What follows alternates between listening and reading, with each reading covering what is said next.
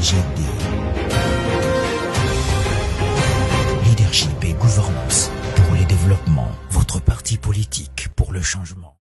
Mes chers compatriotes, avant toute chose, je voudrais exprimer ma sollicitude à l'endroit des compatriotes de l'Est du pays, en particulier ceux du Nord Kivu et du Sud Kivu, victimes des atrocités de la rébellion du M23. Par la même occasion, je renouvelle tout mon soutien aux forces armées congolaises qui se battent pour la paix et la sécurité pour l'ensemble de notre pays. Mes chers compatriotes, vous avez été surpris, comme moi, par l'extrait des rôles de la Cour constitutionnelle, m'invitant de nouveau à comparaître devant elle sur l'affaire Boukangalonzo, alors que tous les Congolais pensaient que ces dossiers étaient classés sans suite. Comme vous pouvez vous l'imaginer, ces dossiers, plutôt politiques que judiciaires, réapparaît comme un sphinx chaque fois que les pouvoirs politiques initient une action en sa faveur pour ratisser l'arche. Pour mémoire, le dossier Boukangalonzo est né parce que j'ai refusé d'intégrer l'Union sacrée. Il a été réactivé pour m'empêcher de créer mon parti politique, les LGD. Il est réapparu pour me dissuader de poser ma candidature à la présidentielle.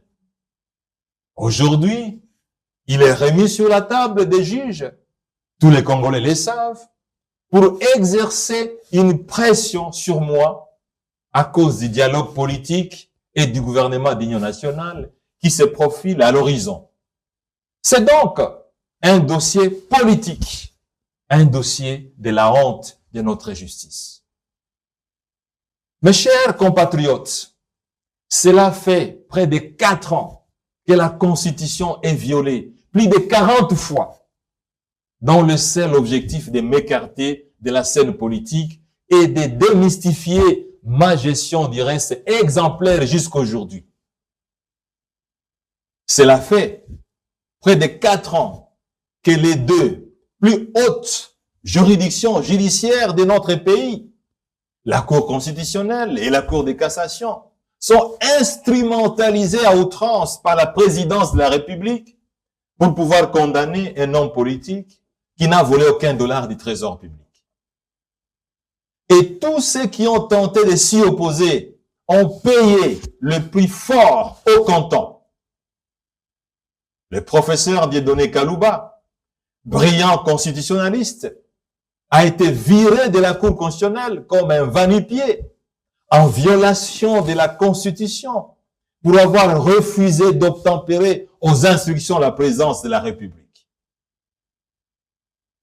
Il a dit clairement à la présidence que la Cour constitutionnelle est incompétente pour juger un ancien Premier ministre. L'arrêt RP 0001 rendu par la Cour constitutionnelle sous sa haute direction le souligne explicitement. Bravo à ces professeurs d'université. Le procureur général près la Cour de cassation, Victor Mumba Mukomo, a écrit directement au président de la République pour lui dire expressement que la Cour de cassation n'est pas compétente pour juger un ancien Premier ministre.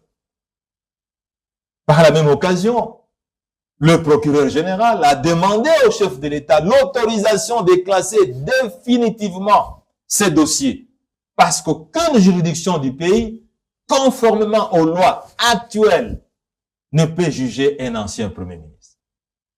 En effet, nul ne peut être jugé que par la loi. Et la loi, en droit pénal, est toujours écrite en réponse à sa bravoure et son honnêteté professionnelle. Il a été récompensé par la mise à la retraite. Bravo à ce procureur général. Le premier président de la Cour de cassation, David Christophe Mukendi Musanga, soucieux de ne pas violer la Constitution pour me condamner injustement, a été forcé par la présidence de la République de transférer en violation de la Constitution les dossiers Boukangalonzo à la Cour constitutionnelle. En réponse à son manque de courage et de soutien au régime politique, il a été sanctionné par la mise à la retraite. En revanche, ceux qui obéissent à la lettre aux instructions de la présidence et violent la Constitution sont encouragés, félicités et même promis. Le procureur général, près la Cour constitutionnelle, Jean-Paul Mukolo Konkesha, est un célèbre exemple connu de tous les Congolais. Il a inventé un autre droit pénal et constitutionnel qui n'est enseigné dans aucune université au monde. Comment un procureur général près la plus haute cour peut écrire au Congrès et au Sénat sur les dossiers d'un ancien Premier ministre alors qu'il n'en a pas la compétence? Comment une telle autorité peut demander à un ancien ministre des Finances d'accuser faussement un ancien Premier ministre? Comment une telle personnalité judiciaire peut demander à un ancien ministre de revenir sur sa signature et de changer sa déposition sur un procès verbal déjà signé, contresigné et même numéroté, dont le seul objectif de condamner injustement un ancien Premier ministre? Comment un procureur général peut poursuivre un sénateur couvert des immunités parlementaires? Le procureur général Jean-Paul Mukolo Konkesha, poussant l'ignominie jusqu'à l'extrême, a monté de manière rocambolesque un dossier sur les biens aérianisés en soutenant que j'ai détourné près de 145 millions de dollars américains. Les ambassadeurs des pays occidentaux, dont les concitoyens ont reçu l'intégralité de ces fonds, étaient choqués et scandalisés. En récompense à ces actes de bravoure dans la violation éhontée de la Constitution, il a été maintenu à son poste et envoyé dernièrement au Conseil d'État alors qu'il est censé aller à la retraite.